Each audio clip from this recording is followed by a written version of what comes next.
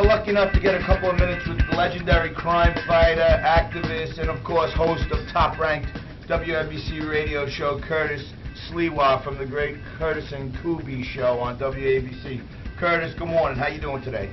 Oh, I'm great. I am a legend in my own mind, and now you've just puffed up my resume. Well, I want to talk to you about your resume in a minute, but first, congratulations on that great San Francisco pick. That was fantastic. Now, wait a second, you Weisenheimer. Last time I saw Trent Dilfer, he was leading the Baltimore Ravens. Forget Lewis. It was Dilfer who destroyed the Giants in Tampa Bay and won the Super Bowl, so I was wrong. I'm sure you're wrong sometimes with your stock picks, Mr. Weisenheimer. Well, if you read the disclaimer, John Tobacco does not make any stock picks, but I've certainly been wrong before. Now, Trent Dilfer is not the epitome of quarterbacks.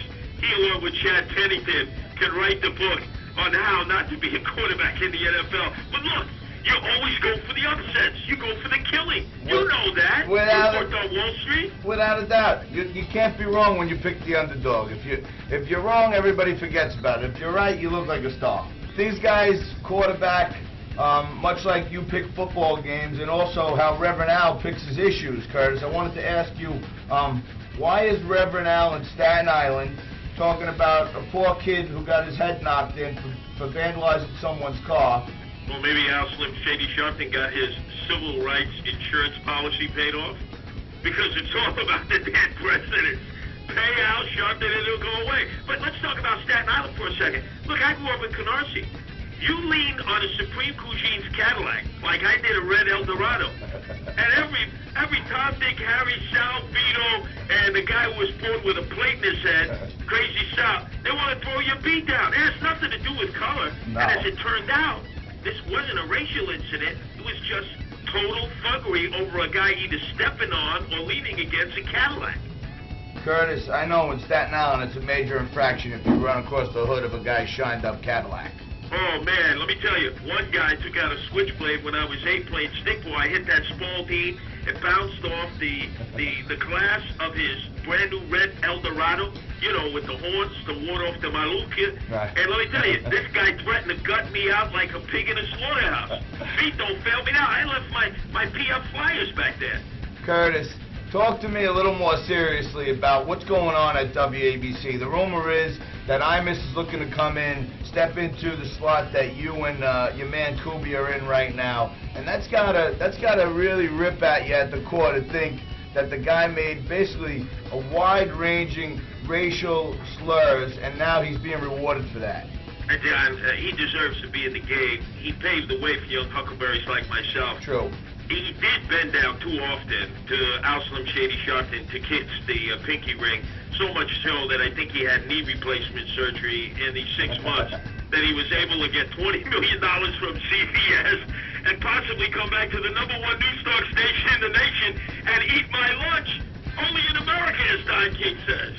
If he's back in the game again, and he deserves to be back in the game, he better drink his Geritol and get a Ben Gay pass, because it's a competitive atmosphere out here. It's gladiators in the pit, and let's get down and do it.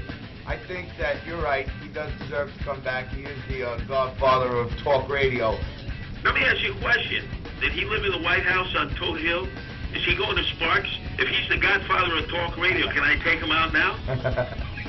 Can I? You better recruit Kubi and a few guys in mink hats, you know, and stake out downtown when he's about to walk into the garden, I guess, you know. We'll call it Operation Hush Hush Mush Mush. Buddy, thanks for giving us a few minutes. I really appreciate it. I know that Frank tells me that you pay attention from time to time to Locatestock TV.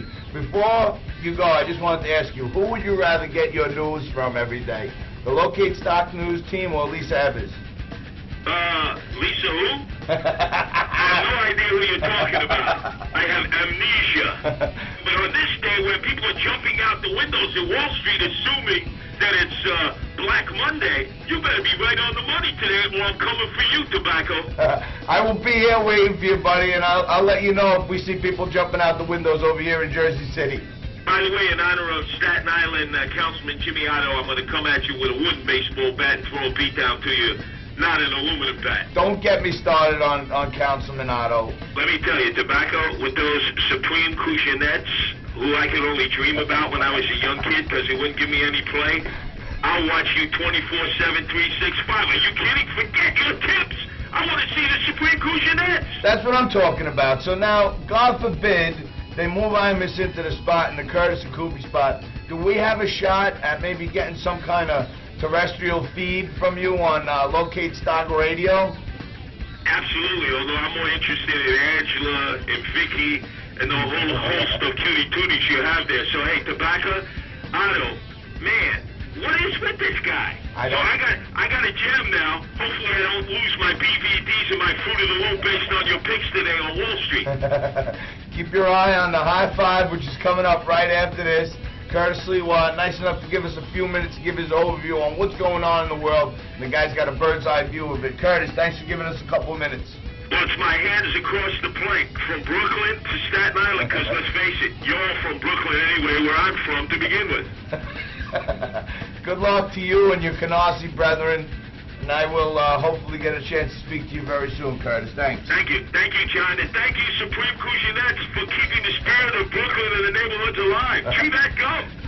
See you later.